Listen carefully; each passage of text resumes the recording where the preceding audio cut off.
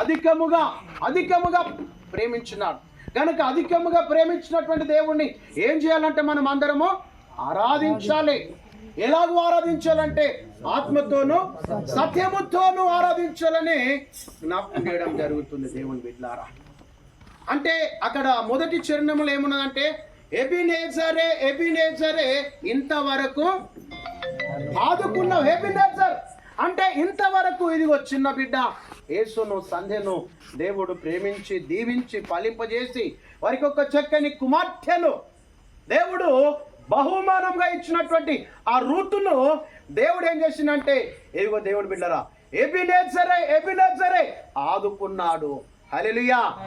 ఎప్పటి నుంచి ఎప్పటిదాకా ఆదుకున్నాడంటే తల్లి గర్భములో పిండాకృతి రూపింపక మునిపే ఇదిగో ఈ లోకములోనికి ఉద్భవింపజేసి ఈ లోకములోనికి బిడ్డను ఇదిగో కారణము ద్వారా తద్వారా ఇదిగో నేటికి సంవత్సరం గతించిపోతుంది. ఇంతవరకు దేవా మమ్మల్ని ఆదుకున్నావు కనుక నేను ఆరాధిస్తున్నా. ఇది దేవుని యొక్క ఇదిగో మనం ఆరాధించుదాం. ఆదుకున్నావు మొదటి చరణంలో. రెండవది ఏంటంట యెహోవా ఈరే కదా యెహోవా దేవుని బిడ్డలారా అంటే ఎబినేజరే ఎల్రోయి అంటే ఇంతవరకు ఆదుకున్నావు. ఎబినేజరే ఇంతవరకు ఆదుకున్నావు. ఎల్రోయి ఇదిగో దేవునికి మనం వందనాలు చెల్లించాలి. చివరి ఏముందంటే స్వస్థపరిచావే యెహోవా రఫా అంటే బలహీనతల నుంచి కావచ్చు, అనారోగ్యంల నుంచి కావచ్చు, శరీర రుగ్మతల నుండి కావచ్చు, మానసికంగా వ్యాధి కావచ్చు, శారీరకమైన రుగ్మతల నుండి కూడా దేవుడు ఏం చేసినట్టంటే స్వస్థపరిచినారు. హల్లెలూయా. అందుకొరకే ఆరాధించాలి, అందుకొరకే దేవుణ్ణి ఘనపరచాలి. అందుకని కీర్తనలు అంటాడు కదా ఇదిగో నా ప్రాణమా యెహోవాను సన్నుతించుము, ఆయన చేసినటువంటి ఉపకారములలో దేనిని కూడా మర్చిపోవద్దు. అందుకొరకే దేవునికి కృతజ్ఞతలు, అందుకొరకే దేవునికి వందనాలు చెల్లించాలి. వందనాలతో పాటు కృతజ్ఞతతో పాటు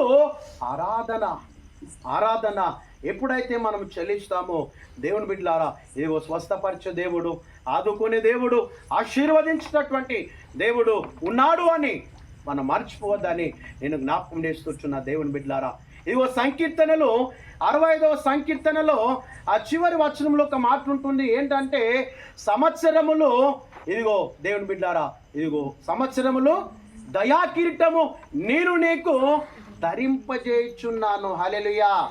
చూడండి అంటే రూతును దేవుడు గడిచిన సంవత్సరం అంతట్లో దేవుడు ఇదిగో దయాకిరీటము. ఏం కిరీటం అంట? దయాకిరీటము. దేవుని యొక్క కిరీటము, దేవుని యొక్క దయ వలన ఆ బిడ్డను నాటి నుండి నేటి వరకు సంవత్సరములు దేవుని యొక్క దయా కిరీటము ఆ బిడ్డ మీద ఉంది కనుక ఈ దినం మనందరి యొక్క సమక్షంలో గొప్ప ఈ బర్త్డే సెలబ్రేషన్ ను చేసుకోవడానికి దేవుడు తన కృపనిచ్చినాడు. కనుకనే ఇదిగో దేవుడు తను కాపాడి ఉన్నాడు.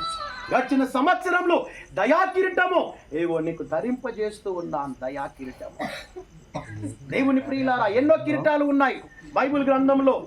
దయా కిరీటం ఉన్నదంటే దయా కిరీటంతో ఇంకొక కిరీటం ఉన్నది కదా, యేసు ప్రభుల వారికి పెట్టిన కిరీటం ఏంటంటే చూడండి. కానీ దేవుడు దయా కిరీటం ఇచ్చినాడు కనుక మరి యొక్క నూతన సంవత్సరంలోనికి దేవుడు ప్రవేశిస్తున్నాడు కనుక దేవుని బిడ్డలారా దేవునికి వందనాలు చెల్లించాలి. 3 విషయాలు నేను జ్ఞాపకం చేస్తా. మొదటిది ఏంటంటే ఇదిగో ఆయుష్ దేవుడిచ్చిన బహుమానం.